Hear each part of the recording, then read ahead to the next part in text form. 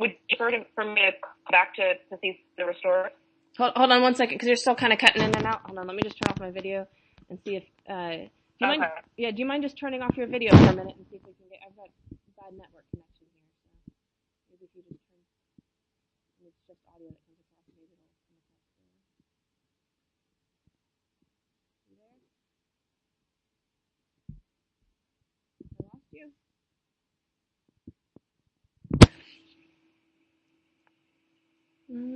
Are you still there? Yep, I'm still here. Okay. Okay, good. Yes, so that was an example where, I felt, one, and the subsequent meeting with our faculty didn't go well. There was huge pushback, and the faculty were outraged, and their answer was absolutely not, we're not doing this. This is an unfair expectation. Like, we can't believe that they've put you as WADA parents in the position to tell us this. Like, this is not appropriate and not, not how we want to move forward. So I was really relieved by the faculty's response, because they were able to kind of boycott something that we as WADA parents, it felt like we couldn't boycott. There was no room for us to, because we are meant to be in a supportive position, and supportive to the students, and also trying to be supportive to the faculty, but also supportive to the management, who are trying to do their best to keep 240 students safe, away from their parents. So I could sense the dilemma that we were all in our various roles, but there was a part of me that was, relieved that faculty had some boundaries to put in of like, this doesn't feel like an appropriate ask of us on our time without fair compensation and changing things midway through the year. So that was for me a very clear example of a meeting that I left where I was like, oh dear, I don't know if I actually want to be in this role next year. Like, this is not a position I want to be put in again, of needing to be the bearer of unwanted news as if it's my decision when it's not. Yeah. Interesting. Okay. And that works perfectly. All right. That's it. Thank you for that, because that's actually going to give me some kind of good things to look through and think about. Yeah. Can you talk to me? So we talked kind of about a decision that was made, but what about a team success? Can you give me an example of when your team was like or you feel that your team was very successful in a decision or in an action or just in a, I don't know, day-to-day exercise? I mean, we tried something new where we brought in a clinical psychologist to train us on a couple different stress reduction techniques, before exam period.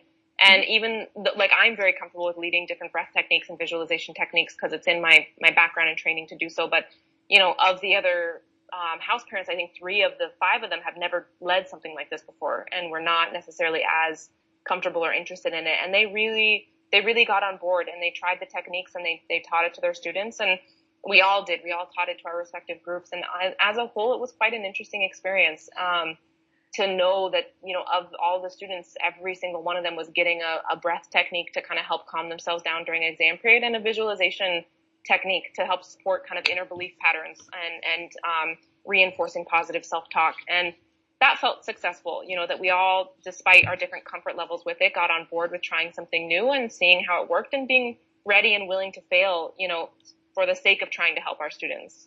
Okay, cool. What about a time that you guys were not so successful, or had kind of, tried something and it failed? I mean, I think doing room searches, has failed a couple times. Okay. And we've had a few incidences with prescription medications that have gone missing from students, and it's unclear whether they've been taken or just lost, and some of these medications being very dangerous if taken in large amounts. Yep. And so there's been, a perceived need for room searches that put all of us in quite an awkward position, because then we're basically,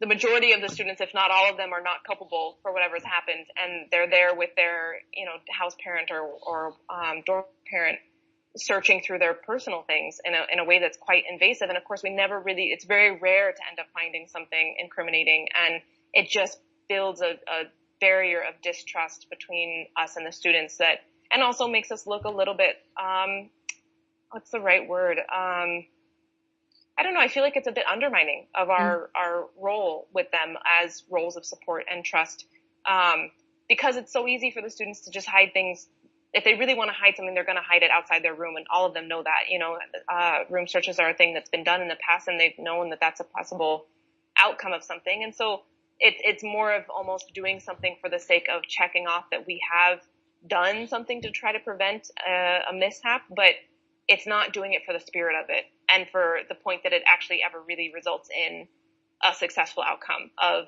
finding what has been missing or lost, or in discouraging students from holding contraband in their rooms because they just find more creative and innovative places to store it, which we have later on found outside of the rooms. So I think that's one area where I felt like we as a team haven't quite, like I think we are a little bit behind on the restorative justice front of understanding how to go about enforcing code of conduct, and then also having alternative punishment methods that actually make it a learning opportunity and have the students become advocates for understanding what actually builds and sustains healthy community, and having code of conduct looked at from that angle rather than as a punitive kind of method of a tyrannical control system from the top down, which is sometimes how they can see it.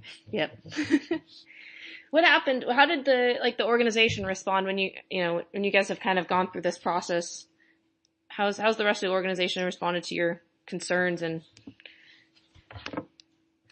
I can only speak for myself. The response I got was that my WADA dorm hadn't done the house searches well enough, and so we had to do them again because I had missed a certain document that really outlined that we were supposed to take all the clothes out of the cupboards and look at the safes and look in certain under mattresses, and so all of my faculty, we had done a little bit more of a superficial search and more of a questioning of the students, of asking them, do you have this? Do you have this? But please, it's okay. We'll get you support if you do. And it was more of a, we're here to try to help. Can you help us understand if you would have taken any medication? And so for me, the response was, this wasn't done thoroughly and strict enough. You've got to go back and do it again, which of course the second time still nothing was found. And it was kind of, the students all found it a bit ridiculous. But and again, I don't know that it helped connect the students to any of us as faculty in a healthier, supportive way. So, the support I got back was just, this is what we're doing. This is what we have to do. And, if it's not done to the letter of how we expect it, we'll keep doing it. And that, again, it was one of those moments where I felt like I was doing a part of my job that I wasn't fully on board with and didn't totally understand or see fruitfulness in. But because I'm new, there's a part of it of just okay, let me just try this and maybe something good does come of this that is supportive for the community. I don't know yet, and I have my doubts, but let me try, since this is my job to be on board and to try. Mm-hmm. Okay. And we're kind of transitioning kind of from your team to the organization now. So you talked about kind of how the organization responded to your failure. How do you feel that you fit kind of into the organization as both a team and as an individual? I